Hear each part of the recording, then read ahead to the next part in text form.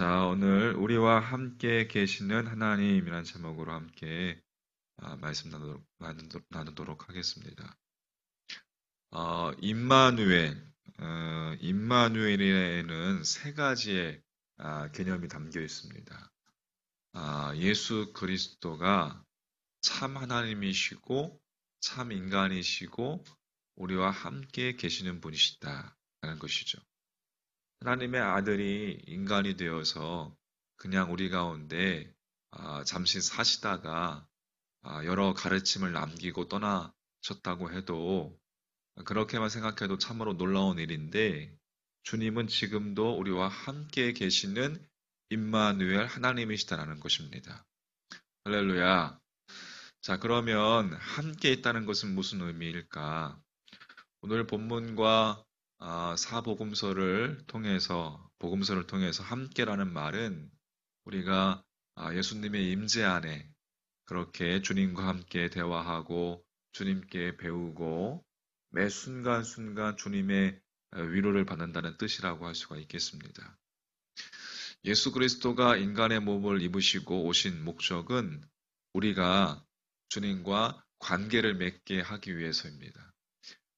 형언할 수도 없고 정말 접근할 수도 없는 하나님이 예수님을 통해서 인간이 되셨다는 것, 우리가 알고 우리가 사랑할 수 있는 대상이 되었다는 것. 여러분, 이건 놀라운 일입니다. 이 사실에 대해서 오늘날 우리는 매우 무덤덤합니다. 하지만 여러분, 구약 성경을 보면 사람이 하나님께로 나간다는 것은 매우 두려운 일이었어요. 하나님은 아브라함에게는 연기로, 또 이스라엘에게는 불기둥으로, 또 욥에게는 광풍으로 나타나셨습니다.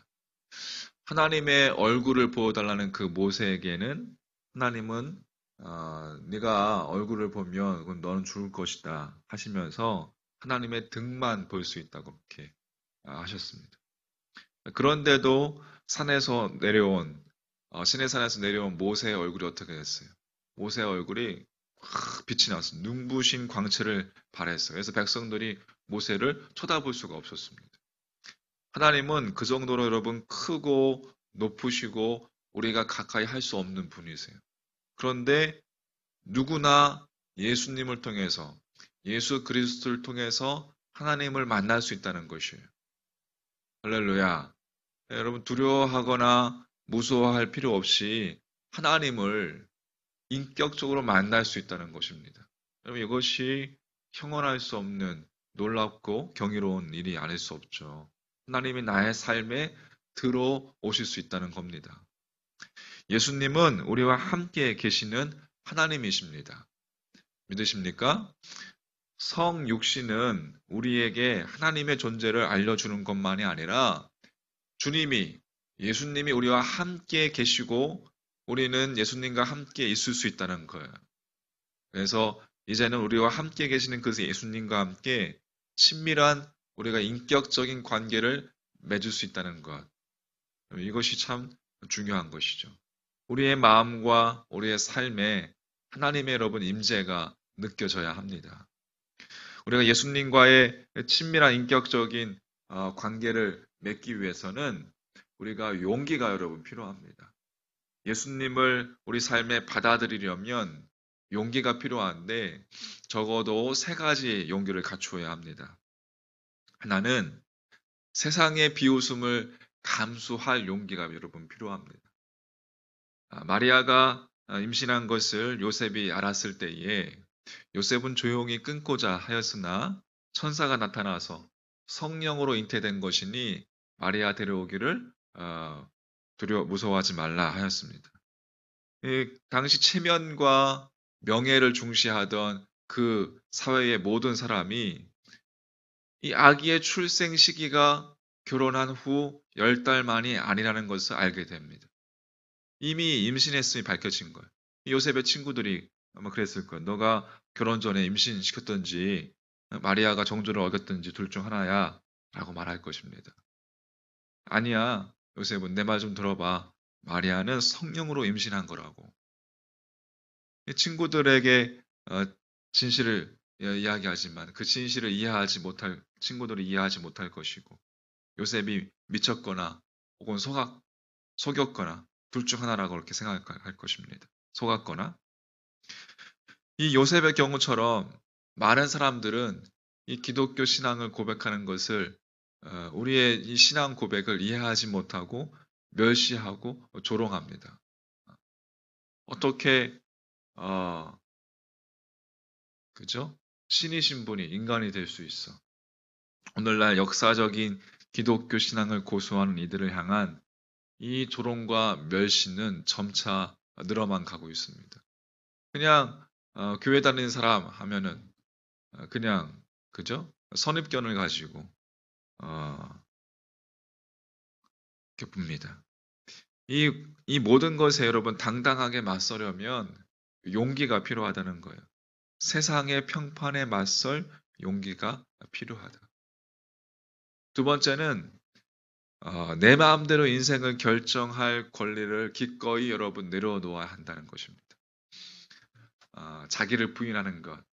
자기를 부인하는 일은 자기 주장을 내세우는 이 시대의 문화와 충돌하지만 우리는 바로 그 자기 부인의 삶으로 부름받은 자들입니다. 천사는 요셉에게 아들의 이름을 전했어요. 당시 문화에서 자식의 이름을 짓는 일은 아버지의 고난이었고 절대적인 고난이었습니다. 그 말은 다시 말해서 자식에 대한 정적인 권리가 아버지에게 있다는 거예요. 그런데 천사는 이름을 정해 주었어요. 예수라 하라. 이 말은 예수님이 너의 삶에 있으면 네가 그분의 주관자가 아니라 곧 태어날 이 아이가 너의 주관자야 라고 이야기하는 거예요. 여러분, 이 시대 사람들은 주장합니다. 나는 예수 그리스도를 원하지만 내 기준대로 할 거야. 내가 교회는 다니지만 내 기준대로 신앙생활 할 거야. 신앙생활 내 마음대로 할 거야 라고 합니다. 그러나 천사는 말하기를 주님이 우리 삶에 여러분 들어오시면 내가 그분을 통제하는 게 아니라 주님이 나를 통제하신다는 겁니다.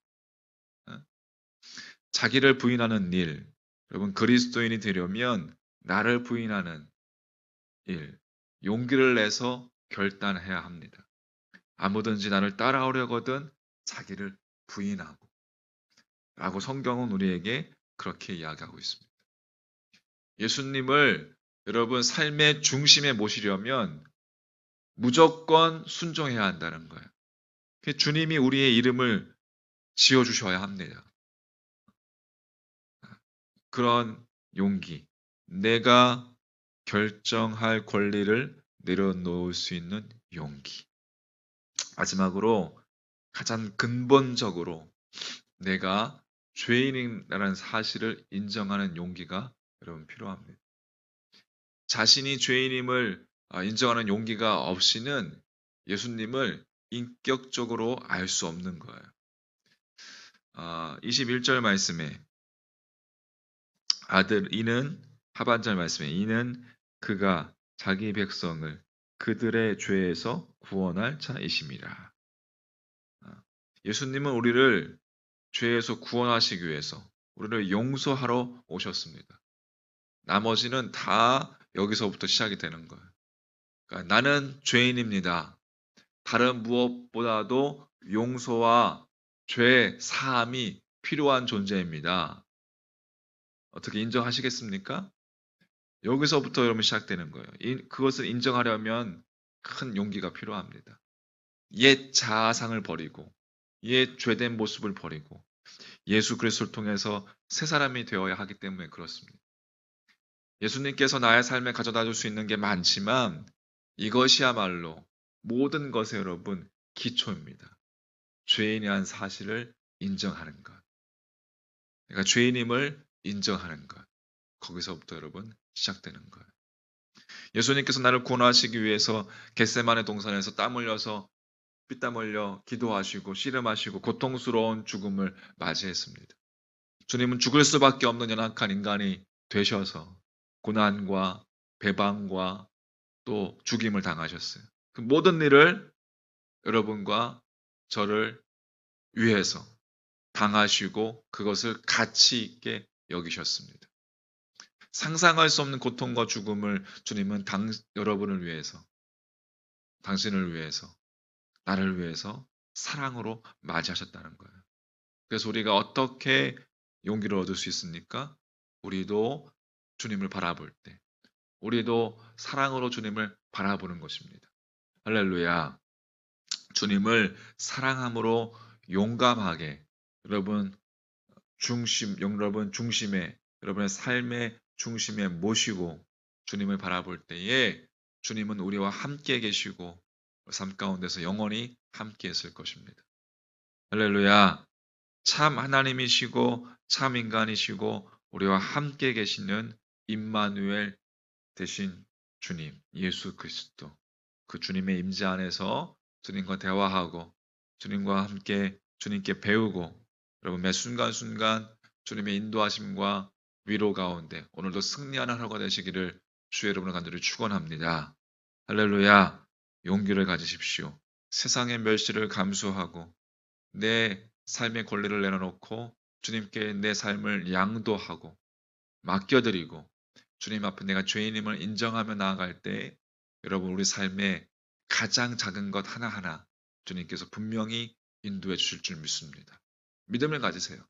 할렐루야. 찬송하시겠습니다.